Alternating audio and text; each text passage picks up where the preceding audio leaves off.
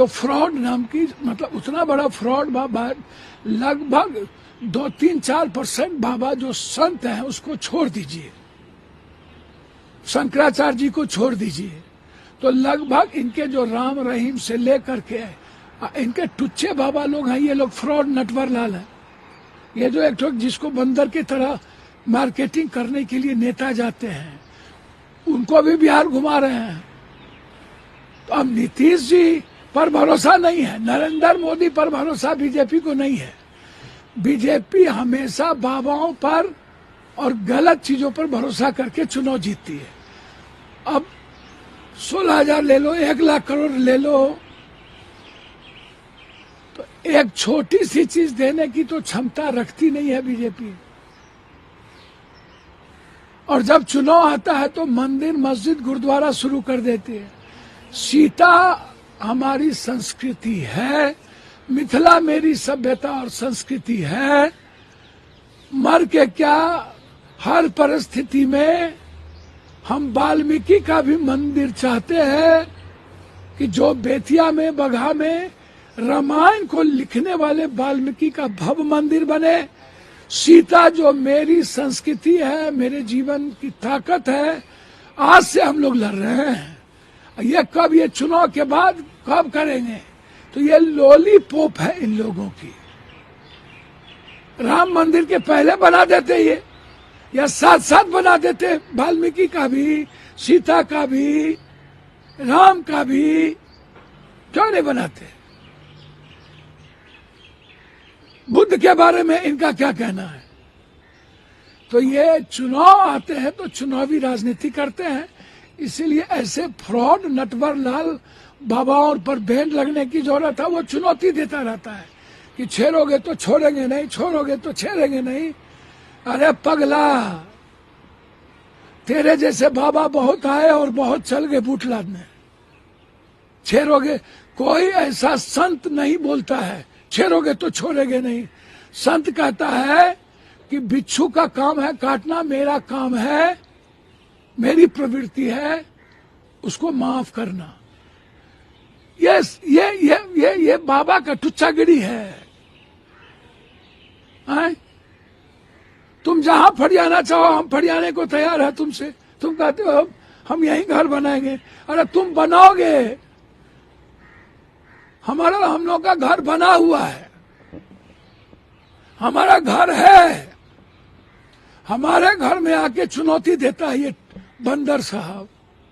तो इन लोगों का तो, हम सरकार में होते तो इन लोगों को प्रतिबंध लगा करके जेल में बंद किए होते। तो इसीलिए यह चुनावी मौसम वैज्ञानिक है लोग।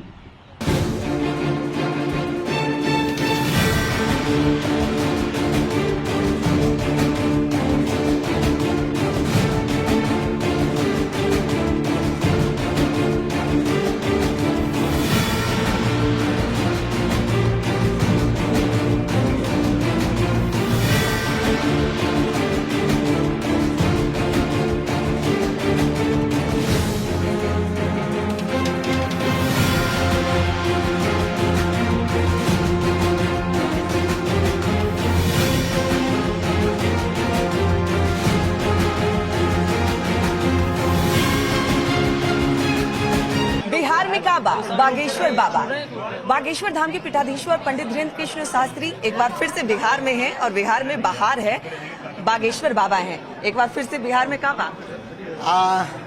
बिहार में सनातन का प्रचार, हिंदुत्व की एकता, वर्तमान में बिहार में जो आस्था और श्रद्धा का विशाल सैलाब है, उन सब के अंदर, यहाँ के एक एक व्यक्ति के अंदर सनातन के प्रति सजगता है। हमारे ना आने के पहले भी बिहार में सनातनी अपने बल पर, अपनी सामर्थ्यता पर हिंदुत्व के लिए कार्य कर रहे थे। हमारा उद्देश्य यही था कि जो रह गए हैं उन्हें जगाना है। बिहार में हिंदुओं को जगाना है, सनातनियों को जगाना है और भारत को हिंदू राष्ट्र बनाना है। महाराज जी, आप यहाँ आए हैं और पिछली बार भी लोगों का अपार प्यार मिला है और आपका भी जो बिहार के प्रति प्यार है वो दिखता है, लेकिन कई लोग कह रहे हैं कि पार्टी विशेष के प्रचारक के तौर पर आप आए। हम प्रचारक हैं ही नहीं। हमने आज तक मंचों से किसी भी राजनीति का नाम नहीं लिया किसी को भी वोट देने की बात नहीं की, किसी को भी जिताने या हराने की बात नहीं की। हम प्रचारक नहीं है किसी पार्टी के, हम विचारक हैं सनातन धर्म के। लोगों का अपना अपना मंतव्य है, अपना अपना मत है। तो हिंदुओं की बात करने वाले, सनातन की बात करने, अगर हम किसी पार्टी के हो जाएंगे तो फिर सब नहीं हमारे पास आ पाएंगे, फिर पार्टी विशेष के ही लोग आएंगे हमारे पास में।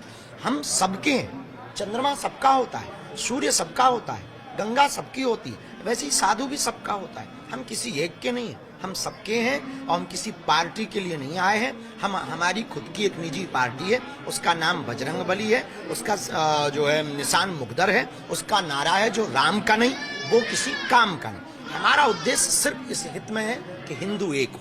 आपके कई सारे संकल्प हैं। एक संकल्प पिछले महीने ही पूरा हुआ है, कैंसर हॉस्पिटल का भूमि पूजन आपने किया। देश के प्रधानमंत्री नरेंद्र मोदी आए, क्या लगता है वो जैसे आपके पास आए, आपकी तारीफ की, आप जिस तरीके से हिंदू राष्ट्र की मांग कर रहे हैं, उनका भी वही नारा है लगभग, इस कारण आप पर विपक्ष। देखिए, इस देश के प्रति प्यार करने वाले, राष्ट्र के प्रति समर्पण रखने वाले, राष्ट्र के उत्थान का ध्येय व संकल्प लेने वाले जितने भी लोग हैं, उन सबका एक ही उद्देश्य है, हर हाल में यहाँ पर भारत के जितने भी हिंदू हैं, हिंदू राष्ट्र हो जाए, एक जगह हिंदुओं के लिए हो जाए। तो हमें ये नहीं लगता कि ये कोई नई बात है, ये हर हिंदू के दिल की बात है। बस ये है, सबके अंदर जो डर और भय है वो हम मिटाना चाहते हैं, हिंदुओं को जगाना चाहते हैं और हिंदू राष्ट्र बनाना चाहते हैं। कब तक होगा ये आपका संकल्प पूरा, क्या लगता है? जल्दी ही होगा, तैयारियां शुरू हो गई हैं, अब जल्दी होकर के। आपने कहा कि उसकी शुरुआत बिहार से होगी, लग रही है?